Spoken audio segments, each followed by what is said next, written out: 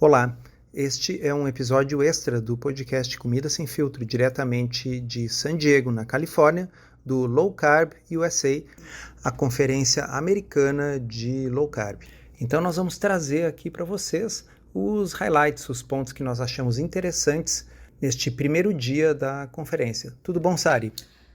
Tudo ótimo, muito feliz por estar aqui também, ter participado de toda essa troca de conhecimento, e a gente vai trazer aqui para vocês um resuminho bem geral de tudo aquilo que mais nos chamou a atenção hoje.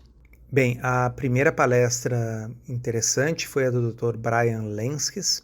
Quem costuma ouvir podcasts em inglês talvez conheça o podcast dele que se chama Low Carb MD, com o Dr. Tro. E o Lenskis, ele é um clínico geral que trabalha com low carb já há 3 anos, e ele fez uma série de colocações muito práticas do dia a dia dele como médico atendendo.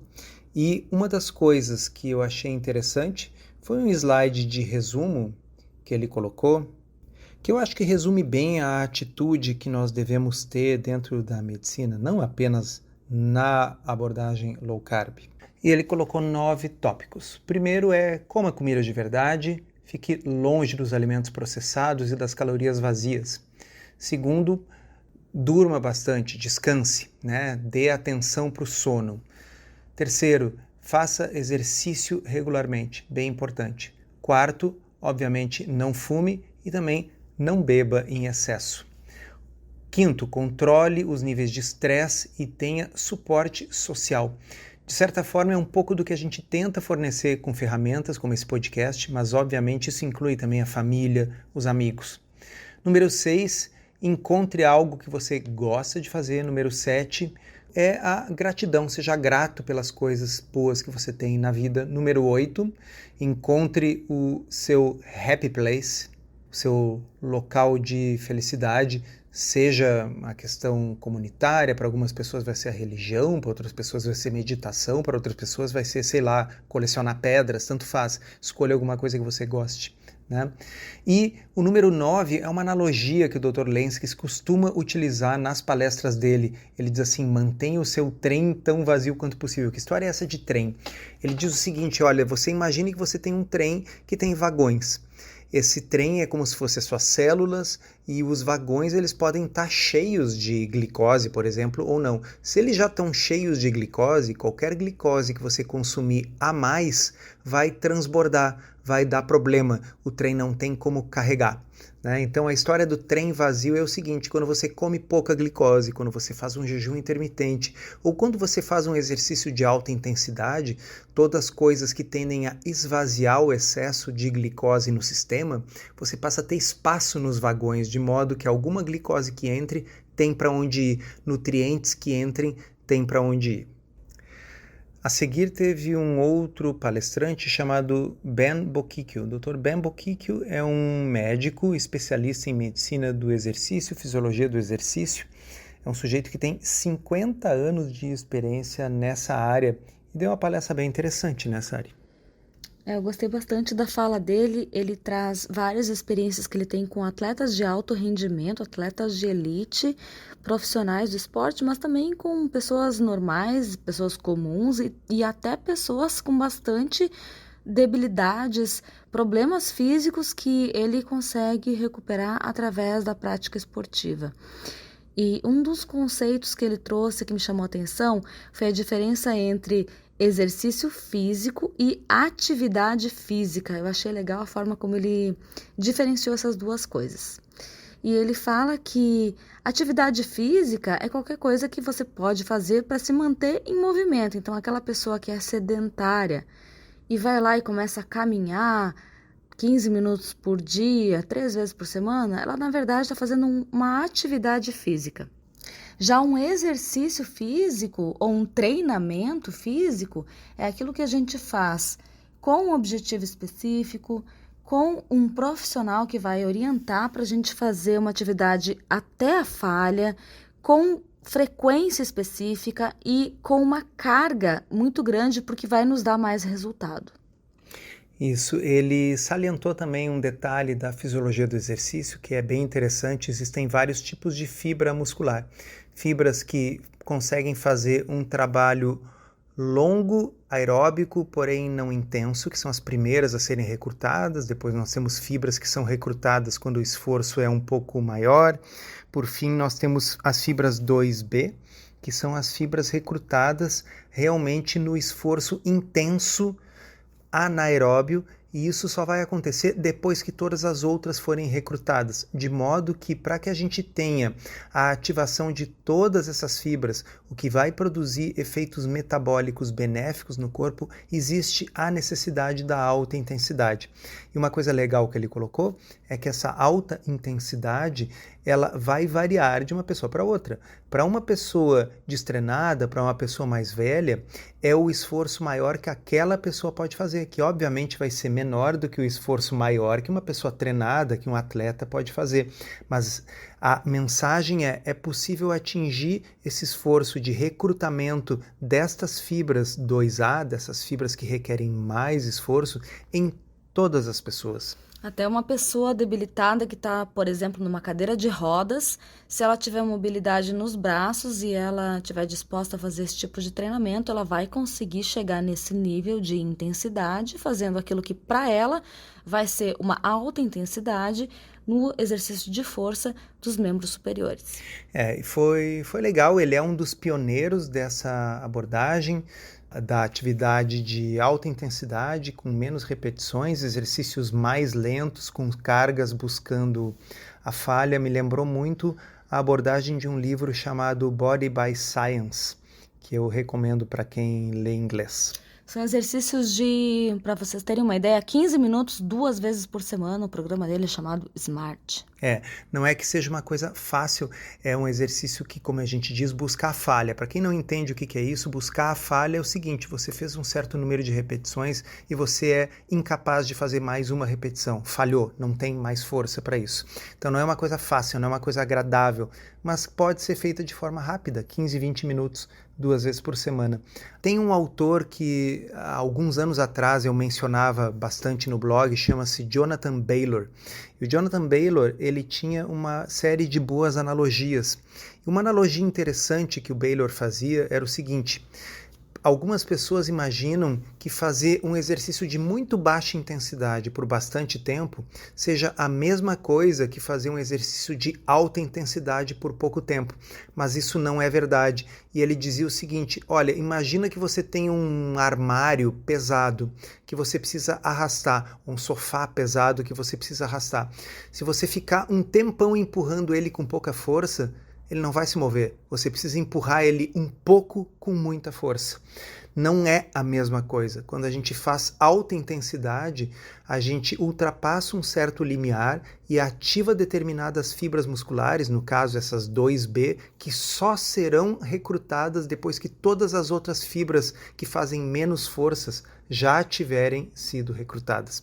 Então essa é a mensagem, é a ideia por trás do exercício de alta intensidade, que não é uma coisa apenas para atletas, mas também para pessoas comuns. Bem, para nós, o highlight do dia, o ponto alto do dia, foi a palestra do Dr. Peter Ballerstedt. Dr. Peter Ballerstedt não é nutricionista, não é médico, ele é um especialista em alimentação de ruminantes. Isso é muito legal porque ele traz uma abordagem bem interessante sobre a questão das proteínas, que todo mundo sabe, né? A proteína hoje é o nutriente da moda. Aqui nos Estados Unidos, a gente encontra muitos produtos com essa abordagem de alto em proteínas, mas também no Brasil, principalmente os laticínios hoje estão aí bombando, né? Como a gente fala, de claims com relação à proteína, aqueles shakes e também as bebidinhas, os iogurtes, bebidas prontas para beber.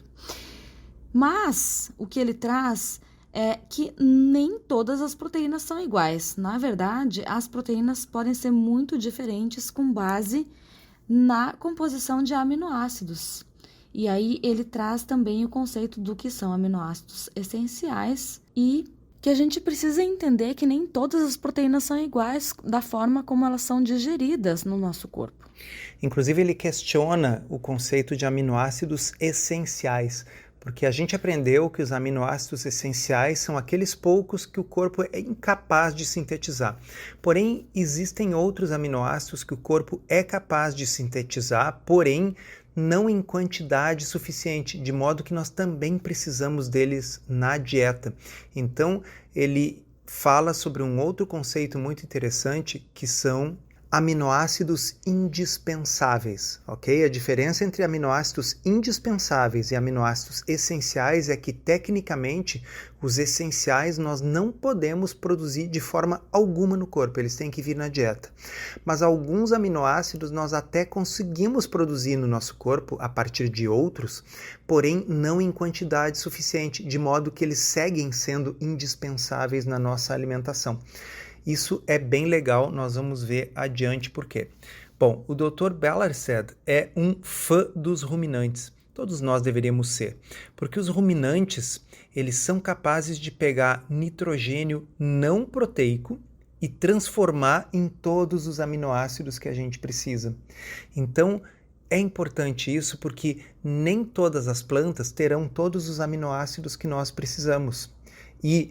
Mas algumas plantas, se nós juntarmos elas, vão ter todos os aminoácidos essenciais. Mas será que na proporção adequada, na quantidade adequada?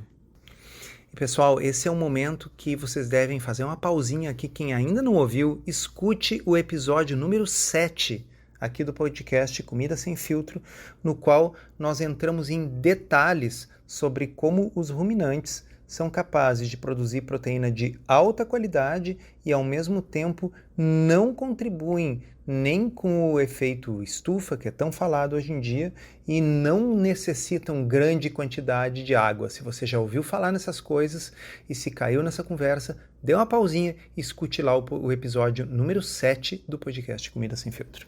E ele também chama atenção sobre a principal crise da nutrição atual, segundo ele, é a mais letal que existe, que é a crise da relação proteína-energia, porque hoje em dia existe uma deficiência de proteínas essenciais em oposição à abundância de energia que a maioria das pessoas absorve na sua dieta. E as crianças, infelizmente, são a forma mais visível que a gente observa de vítimas dessa deficiência proteica. Ele citou algumas estatísticas bem ruins, né?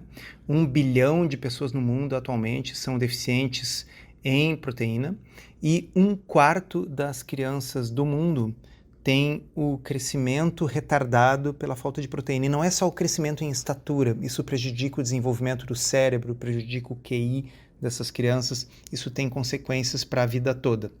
E aí ele entra na discussão acerca da diferença entre as fontes de proteína animal versus as fontes de proteína vegetal. Uma frase bem legal neste contexto que ele citou é o seguinte: uma dieta isocalórica de plantas ou de animais não é uma dieta isometabólica.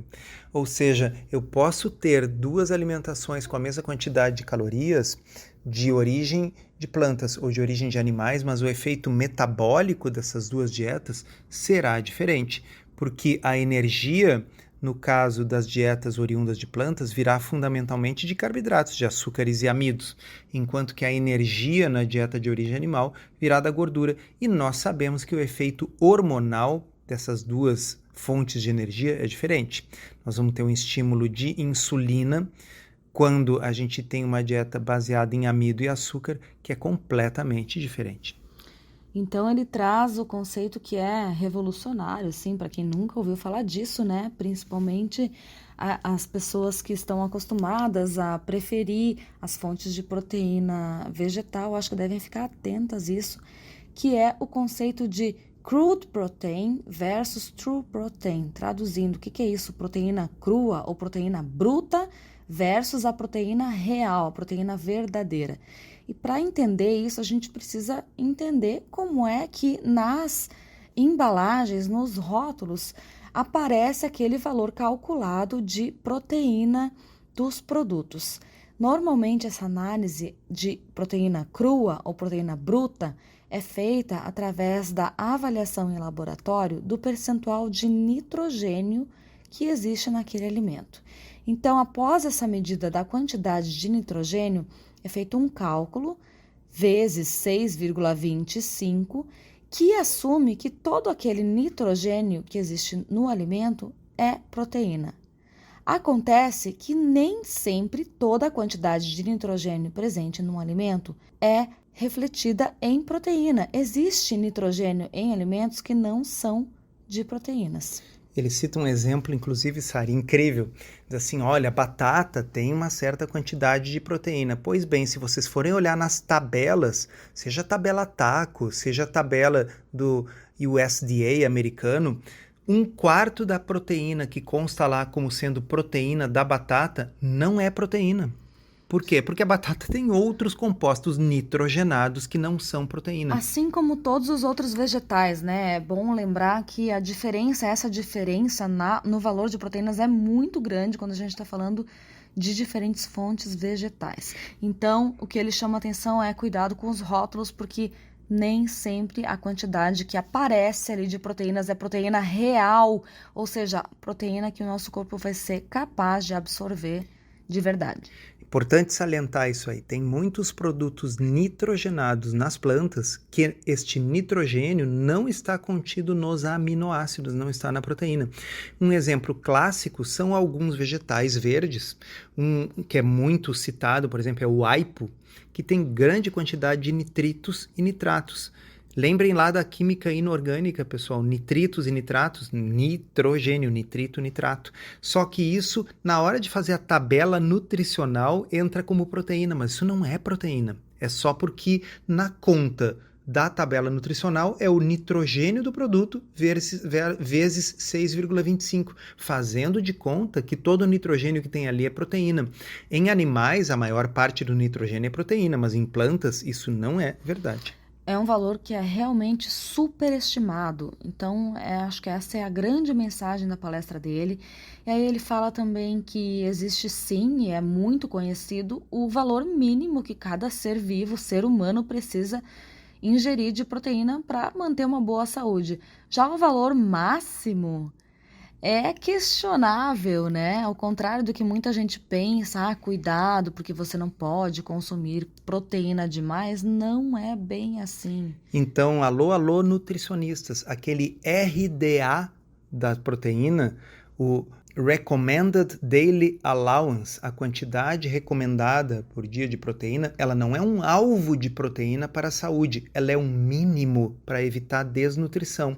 Então, nutricionistas que estejam nos ouvindo, 0,8 gramas de proteína por quilo de peso não é o alvo que você deve buscar quando você calcula uma dieta. É o mínimo para evitar a deficiência franca de proteínas.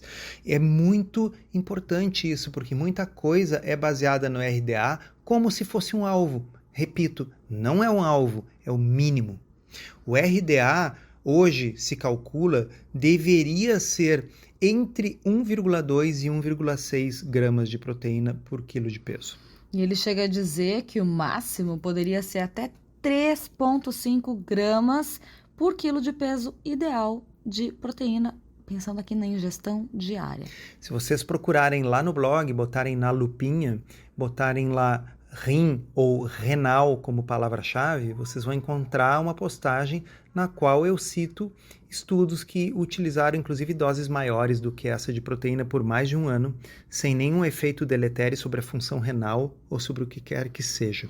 Outra coisa muito legal que ele traz, que faz total sentido, é que as diretrizes, no que se referem à proteína, elas não deveriam ser baseadas em calorias, mas sim na necessidade diária, que seria baseada, então, na qualidade dessas proteínas, na qualidade dos aminoácidos necessários, e não nas calorias. Exato, então nunca se deveria utilizar percentuais para calcular a proteína. A dieta tem que ter 20% de proteínas ou 15% de proteínas. Na realidade, existe uma necessidade absoluta de proteína. Então, o certo é uma quantidade de proteína por quilo de peso que não deveria ser inferior a 1,2 a 1,6 gramas por quilo de peso ideal. Uma coisa muito incrível também que ele citou é o seguinte: as proteínas vegetais, como a gente sabe, tendem a ser proteínas incompletas. Eu sei que é muito comum entre o pessoal que adota dietas vegetarianas combinar diferentes plantas para que tenha todos os aminoácidos, mas eles nunca vão estar presentes na quantidade adequada, na quantidade ideal para a construção de massa magra humana.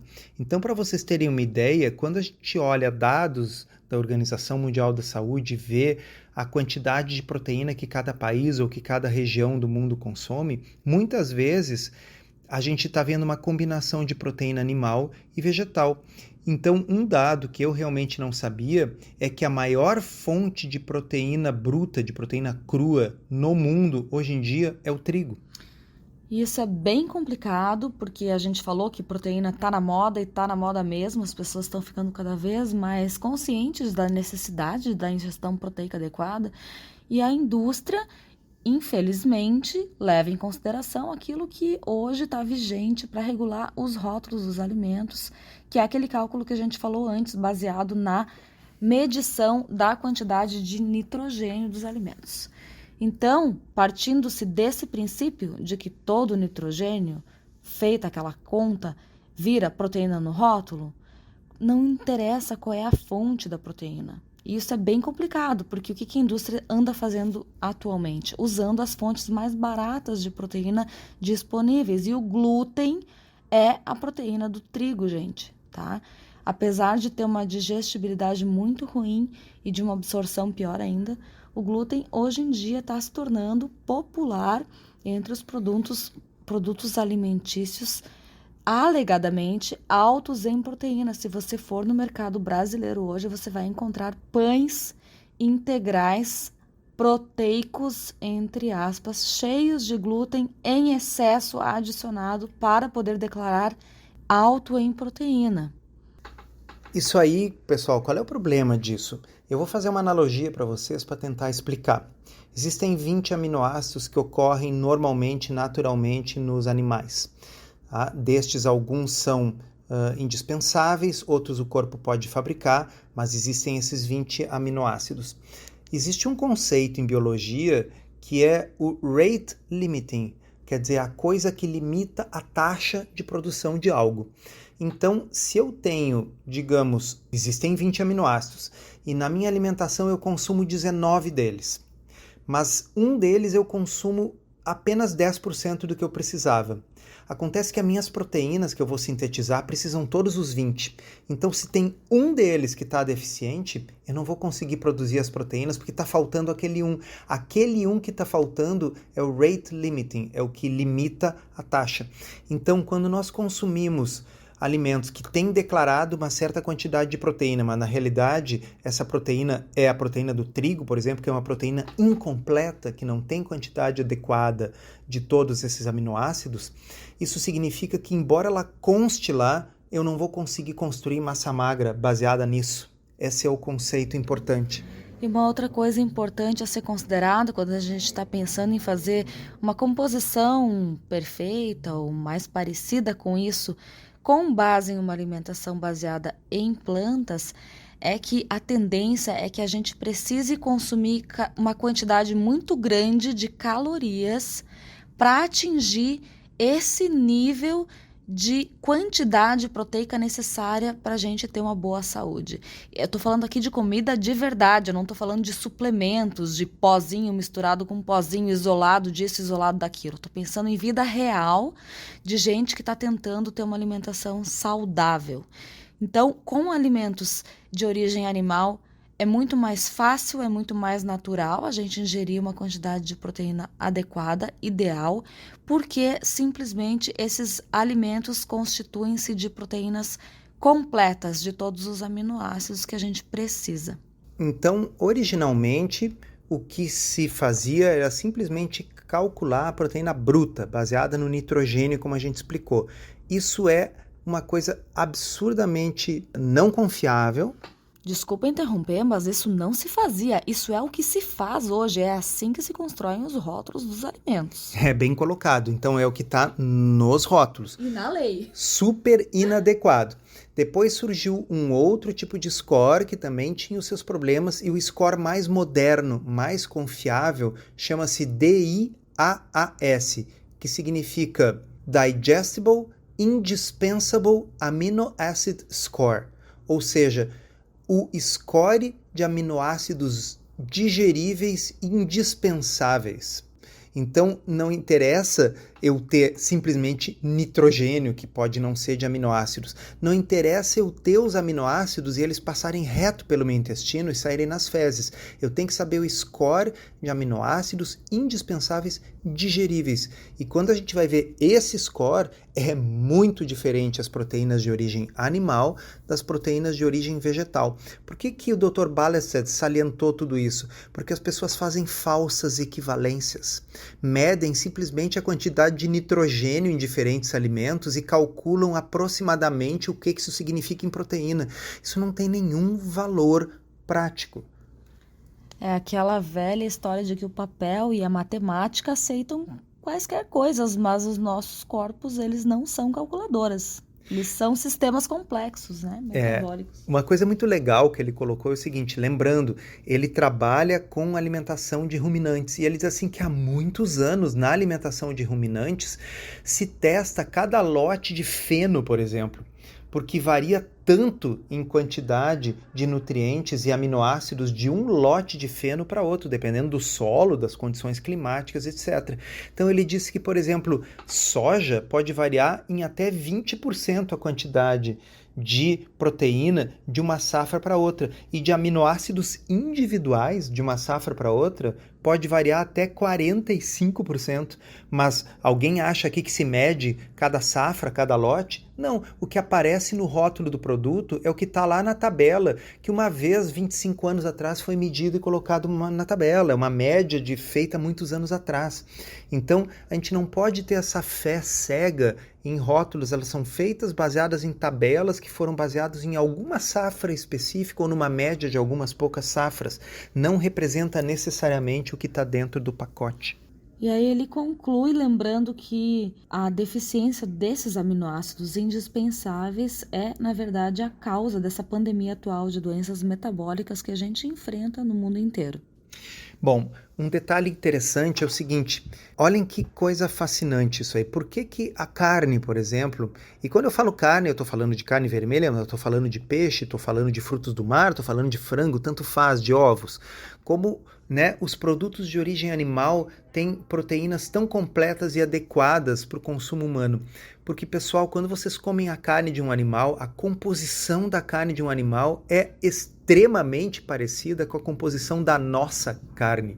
Então, as proporções relativas dos diferentes aminoácidos que estão presentes na carne de um animal que você está consumindo são muito semelhantes com as proporções relativas dos aminoácidos necessários para produzir os tecidos no seu corpo humano.